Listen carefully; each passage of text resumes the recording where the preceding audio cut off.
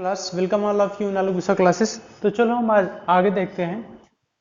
अब Bohr model आपका लगभग पूरा खत्म हो गया। अब आगे देखते हैं आज मैक्स प्लैंक थ्योरी या प्लैंक का क्वांटम थ्योरी। ठीक है, क्वांटम थ्योरी यहाँ से स्टार्ट होता है आपका नेक्स्ट पोर्शन केमिस्ट्री का। तो देखो, अब क्वांटम नाम क्यों पड़ा ये भी हम देखेंगे, और मैक्स क्वांटम थ्योरी क्या थी ये भी पढ़ेंगे। अच्छा चलो पहले हम पूरा मतलब ओरली देख लेते हैं कि क्या इसका थ्योरी था। देखो इन्होंने बताया कि जो लाइट है, पहले तो लाइट का बिहेवियर ये पता ही चल गया था क्या है वो, कौन सी लाइट है वो, इलेक्ट्रोमैग्नेटिक वेव्स है।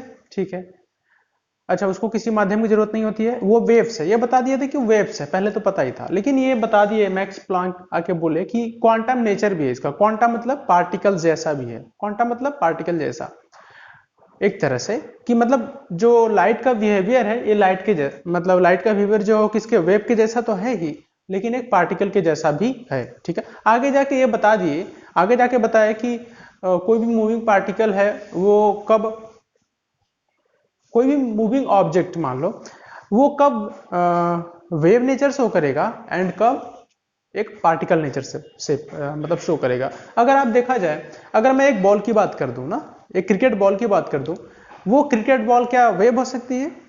आप लोग जाहिर सी बात आप लोग बोलोगे वेव है क्या? नहीं है, वो पार्टिकल का बिहेवियर शो करेगा। लेकिन एक इलेक्ट्रॉन ले लो तो वो कौन सा बिहेवियर शो करेगा?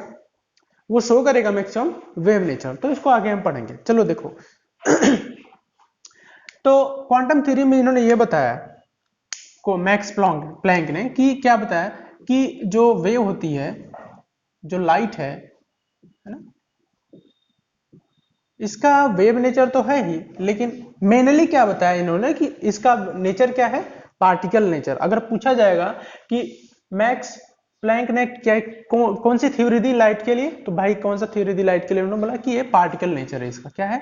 पार्टिकल नेचर, पार्टिकल नेचर इन्होंने बताया। ठीक है, देखो और पार्टिकल नेचर। अच्छा इन्होंने ये भी बताया कि देखो लाइट क्या है, इंफ्रारेड और अल्ट्रावायलेट, दोनों ही लाइट होती है। ठीक है, तो अब देखो, अब एक चीज इन्होंने और बताया। अच्छा ये देखो, ये इंफ्रारेड अल्ट्रावायलेट है तो क्या करेगा, ये रेडिएशन करेगा, है ना, विकिरण, रेडिएशन करेगा, है ना, समझ रहे हो ना आप लोग, रेडिएशन करेगा।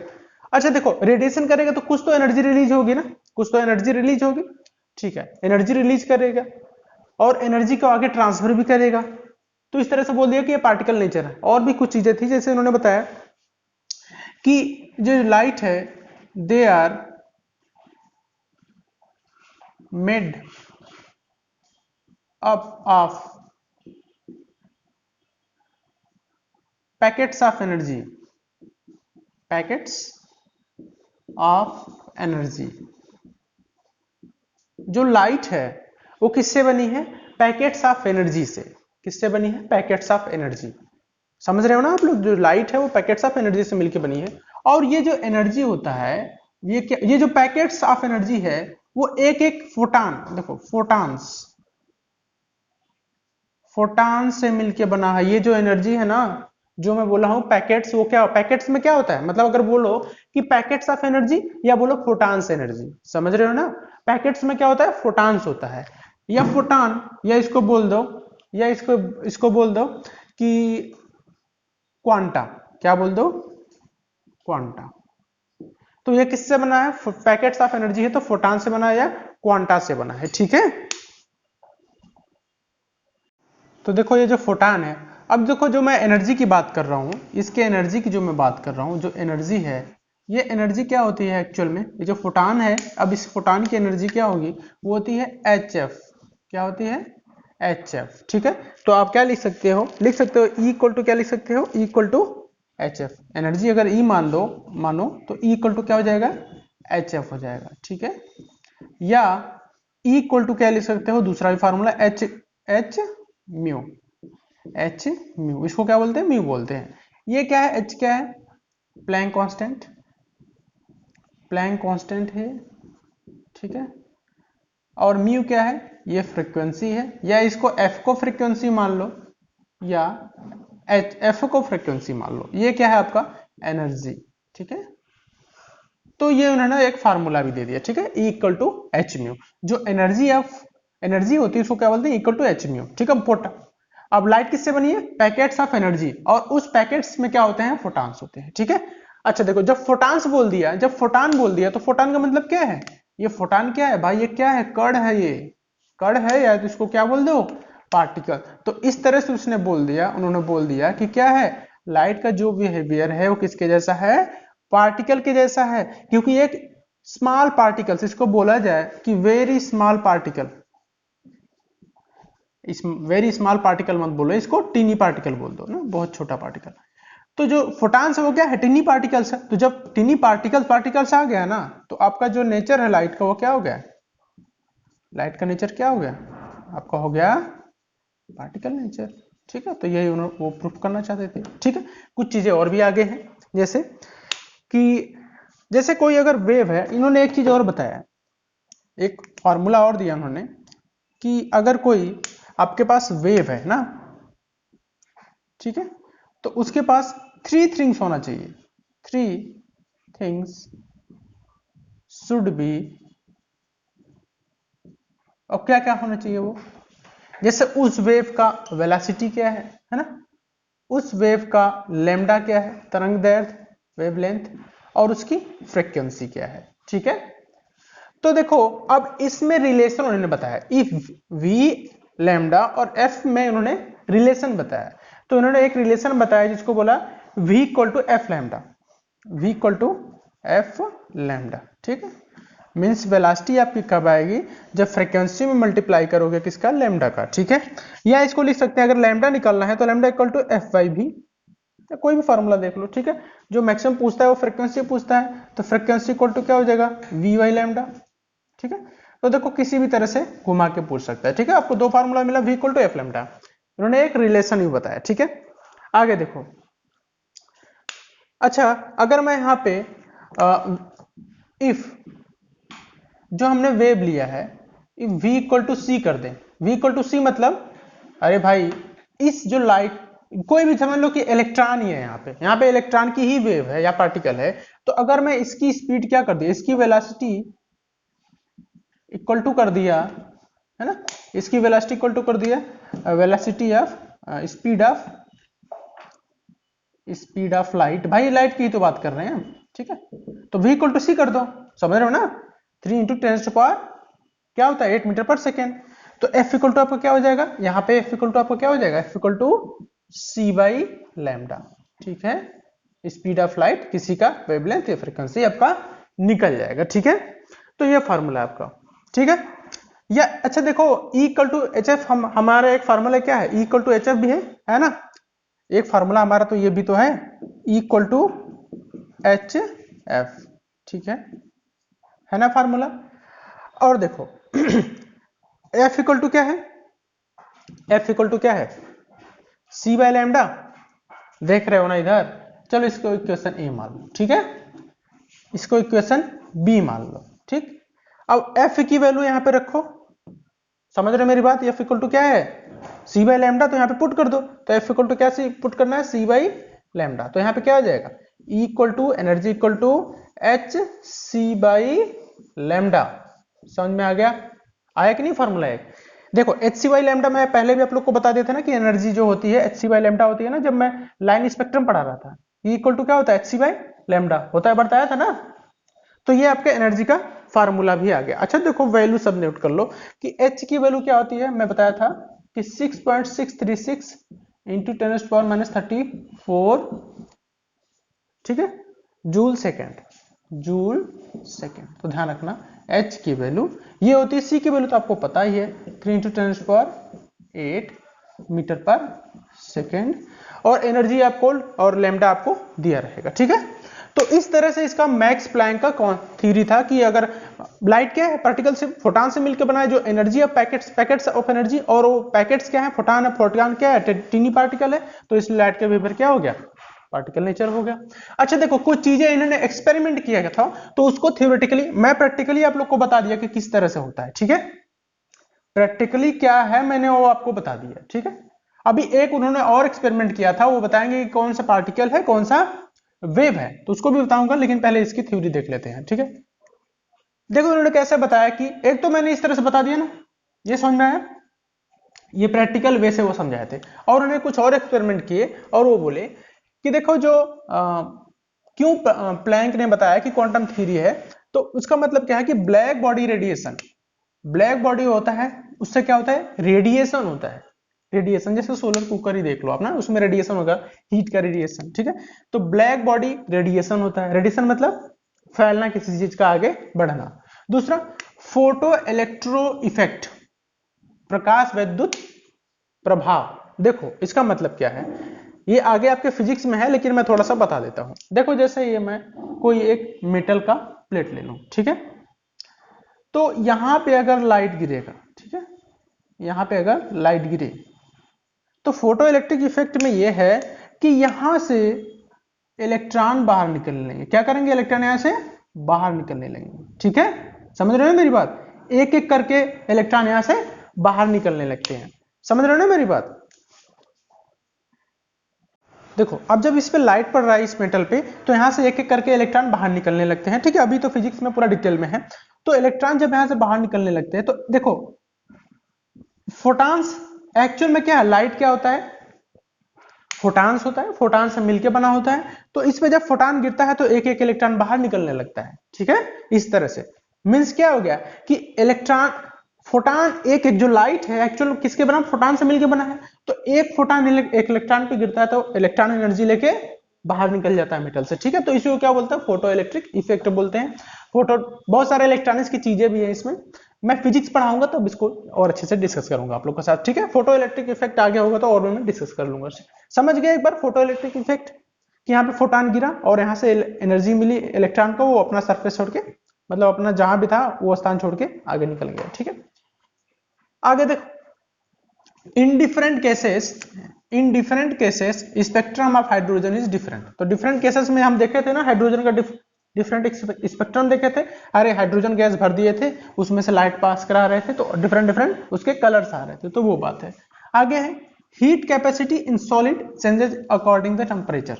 जो हीट कैपेसिटी, उष्माधारिता, उष्माधारिता जो होता है किसका, सॉलिड का, वो टेम्परेचर के चेंज करने पे चेंज होता है। ठीक है, ये भी इसका शो करता है कि पार्टिकल बिहेवियर। आगे they are made of packets of energy. देखो ये मैंने तो डिस्कस भी कर दिया कि they are made of packets of energy, जिसको फोटॉन बोलते हैं। तो ये आपको समझ में आया तो एक बार नोट कर लो, फिर आगे चलते हैं। देखो अब देखते हैं दे ब्रॉगली हाइपोथेसिस। तो दे ब्रॉगली कहाँ के थे, ये फ्रांस के। अच्छा इनके बारे में मैं बता दूं कि ये फ्रांस के साइंटिस्ट थे। पहले क्या हुआ कि ये हिस्ट्री के स्टूडेंट थे, हिस्ट्री पढ़े हुए थे। लेकिन उसके बाद क्या हुआ, वर्ल्ड वॉर जब फर्स्ट हुआ तो उसमें इनको रेडियो सिग्नलिंग के लिए इनको रिक्रूट किया गया, उसमें जॉब करते थे। उसके बाद ये क्या हुआ है, इनको साइंस में इंटरेस्ट आया और ये देखो अब कहाँ से कहाँ चले आए। ठीक है, फिजिकल साइंस में आ गए। ठीक है, चलो आगे देखते हैं इनका हाइपोथेसिस क्या था। इनका हाइपोथेसिस ये था कि जो लाइट है ना, कोई पार्टिकल, लाइट मतलब कि जो पार्टिकल है, कि लाइट भी पार्टिकल एक तरह से, कि वो किससे मिलके बना है, फोटॉन से मिलके बना है। तो फोटॉन भी क्या है, एक पार्टिकल है, टीनी पार्टिकल है। तो कोई भी पार्टिकल है, कोई भी पार्टिकल है, अगर वो मूविंग है तो उसके पास दो नेचर होगा। अब मैं बताऊंगा कब होगा कब नहीं होगा। उसके दो नेचर होगा, उसका वेव नेचर भी होगा और उसका पार्टिकल नेचर भी होगा। तो किसी, कोई भी मूविंग ऑब्जेक्ट से उसके दो बिहेवियर होंगे, एक तो वेव नेचर हो सकता है, पार्टिकल नेचर भी, या तो दोनों हो सकता है। और हो जाए, जैसे मैं बता रहा था आप लोग को कि क्रिकेट की बॉल है तो उसको पार्टिकल बोलेंगे कि ना कि वेव बोलेंगे। इसी तरह से इलेक्ट्रॉन है तो उसका दोनों नेचर है, एक पार्टिकल की तरह भी है और वेव की तरह भी है। अब कब नहीं होगा, कौन सी चीज होगी पार्टिकल, कौन सा नहीं होगा, मैं आपको डिस्कस करके बताऊंगा। ठीक है, तो दे ब्रॉगली की हाइपोथेसिस ये थी कि किसी भी ऑब्जेक्ट के बारे में वो बताया था कि वेव नेचर पार्टिकल नेचर दोनों है, या लाइट का जो नेचर है वेव नेचर भी है पार्टिकल नेचर भी है, इलेक्ट्रॉन का जो नेचर है वो वेव नेचर भी है पार्टिकल नेचर भी है। और कब नहीं होगा ये भी मैं बताऊंगा। ठीक है, चलो आगे देखते हैं। देखो इन्होंने सिंपली से एक चीज बताया कि he says like as photons. मैं ये एनसीईआरटी से लिया हूं, बाकी आगे समझाऊंगा अपने तरीके से। He says like as photons momentum, जैसा फोटॉन्स का मोमेंटम होता है M V, M into V क्या होता है? मोमेंटम, संवेग, जिसको बोलते हैं मास इंटू वेलोसिटी। अच्छा, इसका संवेग या मोमेंटम को पी से रिप्रेजेंट करते हैं, ठीक है। अगर पी या एम वी है और वेवलेंथ क्या है? लैम्डा है, तरंग दैर्ध्य लैम्डा है, ठीक है। तो वो बोल रहे हैं कि इसी तरह से इलेक्ट्रॉन्स आल्सो हैव, ठीक है, मोमेंटम एंड वेवलेंथ। तो इलेक्ट्रॉन का इसी तरह से मोमेंटम भी होता है, वेवलेंथ भी होता है। भाई जाहिर सी बात है, ये भी जो क्या है, फोटॉन्स है, मूविंग पार्टिकल है, तो इलेक्ट्रॉन भी क्या है? Moving particle. तो इसका भी क्या होना चाहिए? कुछ मोमेंटम होना चाहिए, कुछ वेवलेंथ होना चाहिए, ठीक। आगे ये बोले कि इफ एनी मैटर्स, अगर कोई भी पदार्थ ले लो, मैटर मतलब क्या होता है? मामला ही नहीं होता है ना, विवाद ही नहीं होता। इफ एनी मैटर्स, अगर कोई पदार्थ है तो उसका अगर एक पार्टिकल लें, उस पदार्थ का कोई एक पार्टिकल लें, तो उसके पास क्या होगा? वेवलेंथ लैम्डा हो और मोमेंटम p हो, है ना, मोमेंटम p और वेवलेंथ क्या हो? लैम्डा हो। तो उसमें फार्मूला हो जाएगा lambda equal to M V. Lambda equal to क्या होगा? M V. और lambda equal to M V होगा क्या? Lambda equal to H by M V. क्या होगा? Lambda equal to H by M V, H by M V, ठीक है। और एम वी क्या है? यहाँ पे मोमेंटम है। एम वी क्या है? मोमेंटम है। और मोमेंटम को क्या बोलते हैं? पी बोलते हैं। तो क्या हो गया आपका फॉर्मूला? क्या है? क्या हो गया formula? Lambda equal to H upon M V या lambda equal to H upon P. समझ गए? अच्छा, देखो ये क्या है? लैम्डा क्या है? वेवलेंथ है, वेवलेंथ ऑफ पार्टिकल। देखो आप लोग रेड मार्कर से एलर्जाइज मत होइए, मैं अभी 1 या 2 दिन में मैं मार्कर चेंज कर दूंगा, ठीक है। अभी मिल नहीं रहा था इधर मार्केट में, तो थोड़ा सा मार्केट भी डाउन है, आप लोग को पता ही है, कोरोना की वजह से तो पूरा सप्लाई और डिमांड सप्लाई ही पूरा ब्रेकडाउन हो गया है। तो 1-2 दिन में मैं लाऊंगा दूसरा मार्कर, उसको यूज करूंगा मैं, ठीक है। देखो एच क्या है? एच है प्लैंक कांस्टेंट, प्लैंक कांस्टेंट, ठीक है। और m क्या है? Mass of electron, mass of electron. यहां इलेक्ट्रॉन की ही बात होगी, ठीक है, मास ऑफ इलेक्ट्रॉन है, ठीक है। और v क्या है? Velocity of electron. v क्या है? वेलोसिटी ऑफ, आप वेलोसिटी ऑफ पार्टिकल लिख दो, कोई भी पार्टिकल है या इलेक्ट्रॉन है। अगर इलेक्ट्रॉन दिया तो इलेक्ट्रॉन का, ठीक है, स्पीड। अगर इलेक्ट्रॉन का स्पीड लिखेंगे तो v इक्वल टू क्या हो जाएगा? c हो जाएगा, है ना। क्या हो जाएगा? v इक्वल टू c अगर करें तो 3 × 10⁸ मीटर पर सेकेंड, ठीक है, ये होगा। प्लैंक कांस्टेंट की वैल्यू में बताया था, h की वैल्यू 6.366 ना, इंटू 10⁻34 जूल सेकेंड, ठीक है। h की वैल्यू हो गई। p क्या है? mv है आपका, ठीक है। तो देखो अब क्या है ये, इसकी वेलोसिटी, ठीक है। अच्छा देखो यही क्या हो गया आपका? हाइपोथेसिस हो गया। यही इनका क्या है? हाइपोथेसिस। इसी फार्मूले से इनका हाइपोथेसिस आ गया था, ठीक है। अब क्या वेव नेचर भी है और पार्टिकल नेचर भी है, ठीक है, किसी भी ऑब्जेक्ट का। इसी को क्या बोलते हैं? Hypothesis, hypothesis of they Broglie. Broccoli मत लिख लेना आप लोग, ठीक है, ब्रोकली खाने वाली ब्रोकली मत लिख लेना कि यही ब्रोकली है, ठीक है। अच्छा, तो अब इस हाइपोथेसिस में उन्होंने क्या बोला, ठीक है, क्या बोला कि all moving particles, all moving particles, ठीक है, जितने भी आपके मूविंग पार्टिकल्स, किसी को भी उठा के देख लो, ठीक है, have dual nature, have dual nature. अब डुअल नेचर क्या है? वो जितने भी आपके मूविंग पार्टिकल्स हैं उनके पास डुअल नेचर होगा ही होगा। और वो डुअल नेचर क्या होगा? वो या वेव भी हो सकते हैं और इवन वो पार्टिकल भी हो सकते हैं। तो कोई भी पार्टिकल अगर मूवमेंट में है तो उसके पास दो बिहेवियर हो सकता है, वेव नेचर हो सकता है और पार्टिकल नेचर, दोनों ही नेचर हो सकते हैं, ठीक है। एक चीज और है, देखो एक नोट करके लिख लो, ये ज्यादा इंपॉर्टेंट है, ठीक है, नोट करके लिख लेना कि एवरी माइक्रोस्कोपिक मूविंग पार्टिकल्स, क्या होगा? एवरी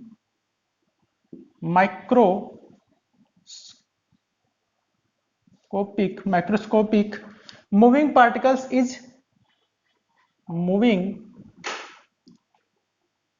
पार्टिकल्स इज वेव, ठीक है। इज वेव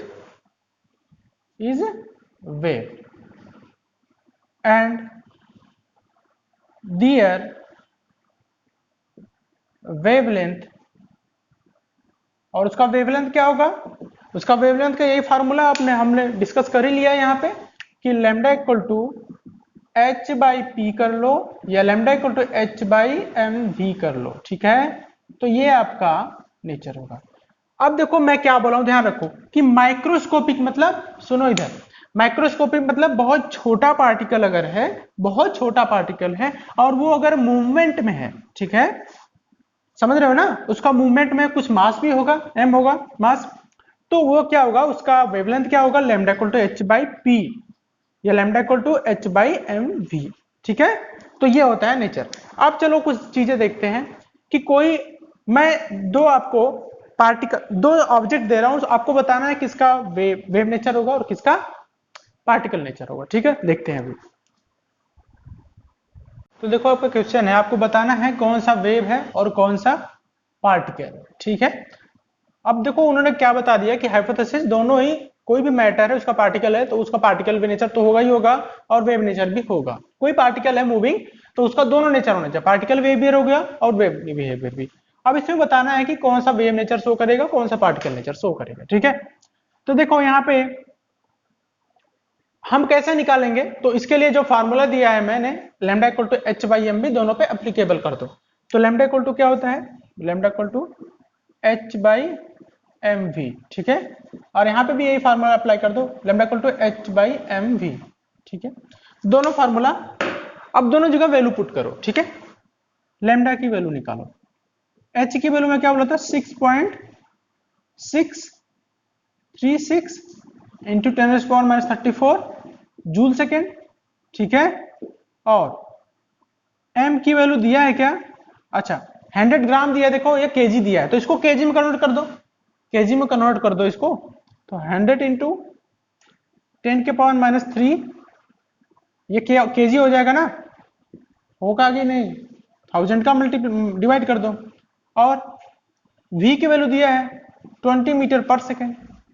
चलो अब इसको सॉल्व करो, देखो यहाँ पे कितना, अच्छा देखो इधर भी नोट कर लो, लैम्डा इक्वल टू h की वैल्यू 6.636 10⁻34, यहाँ पे m की वैल्यू क्या है 9.1 इंटू 10⁻31, ये तो केजी में दिया है, नो प्रॉब्लम, ठीक है, तो केजी में रहेगा, ठीक है, समझ रहे हो ना। इंटू v की value light of speed metre पर सेकेंड। देखो अब इसको सॉल्व करोगे, पहले चलो मैं सॉल्व करने की कोशिश करता हूं, तो 6.636, देखो ये माइनस है ना, -31 है, ऊपर जाएगा तो प्लस हो जाएगा, समझ रहे हो, -34 प्लस क्या होगा, +31 होगा ना, नहीं समझ में आ रहा है, ये माइनस है तो ऊपर जाके प्लस हो जाएगा। नीचे क्या हुआ कि आपका बचा 9.1 इंटू 3 इंटू 10⁻8, ठीक, समझ में आया। अब क्या हुआ कि 6.636 इंटू 10⁻³ अपान 9.1 इंटू 3, चलो इसको पूरा 27 मान लो, 10⁻8, ठीक है, यहां तक आया। अब इसको सॉल्व करोगे तो देखो क्या आएगा, 3.2 एंगस्ट्रॉम, क्या आएगा 3.2 एंगस्ट्रॉम, इसको पूरा सॉल्व करोगे तो, ठीक है, एंगस्ट्रॉम में है। चलो यहाँ पे देखते हैं, अब इसको सॉल्व करोगे तो इसका सॉल्व करने का तो बहुत कुछ दिक्कत आ जाएगी इसमें, ठीक है। इसको सॉल्व करेंगे तो देखो क्या आएगा, ये बहुत ही कम आएगा, 3.131 इंटू 10⁻⁻24 एंगस्ट्रॉन। लैम्डा की वैल्यू क्या आई, यहाँ पे कम, कहां पे है, यहाँ पे कि यहाँ पे, यहाँ पे कम है ना, 10 के पावर माइनस है, ये क्या है, वेरी लेस, वेरी लेस है ना, बहुत ही लेस है। और इसको क्या कर सकते हैं, इसको मेजर कर सकते हैं भाई, इतना एंगस्ट्रॉन तो मेजर कर सकते हैं, कैन मेजर कर सकते हैं। और इसको क्या कर सकते हैं, कांट मेजर, ठीक है, समझ रहे हो ना मेरी बात। तो जिसको हम क्या कर सकते हैं, जिसको हम मेजर नहीं कर सकते, जिसके वेवलेंथ को हम मेजर नहीं कर सकते हैं, समझ रहे हो? अगर नहीं मेजर कर सकते तो उसको बोलते हैं पार्टिकल। समझ में आया? जिसके वेवलेंथ को हम मेजर नहीं कर सकते उसको क्या बोलेंगे? पार्टिकल। और जिसके वेवलेंथ को हम मेजर कर सकते हैं उसको बोलते हैं वेव। समझ गए? समझ में आ रहा है? तो इसको हम पार्टिकल नहीं बोलेंगे, इलेक्ट्रॉन को, और इसको हम वेव नहीं बोलेंगे। समझ में आया? मतलब कि हर कंडीशन में पार्टिकल और वेव कोई भी चीज नहीं हो सकता। मेरी बात समझ रही हो? समझ में आ रहा है मेरी बात? कि कोई भी चीज है, कोई ऑब्जेक्ट है, वो हमेशा दोनों ही नहीं होगा कि हमेशा पार्टिकल भी हो जाए हमेशा वेव भी हो जाए। पार्टिकल होगा तो वेव नहीं होगा, वेव होगा तो पार्टिकल नहीं होगा। समझ में आ गया? तो डुअल नेचर भले ठीक है लेकिन हमेशा ये सही नहीं है। ठीक है? तो आज की क्लास आप लोग को कैसी लगी आप लोग कमेंट करें। बाकी आज के लिए इतना ही। Thank you class.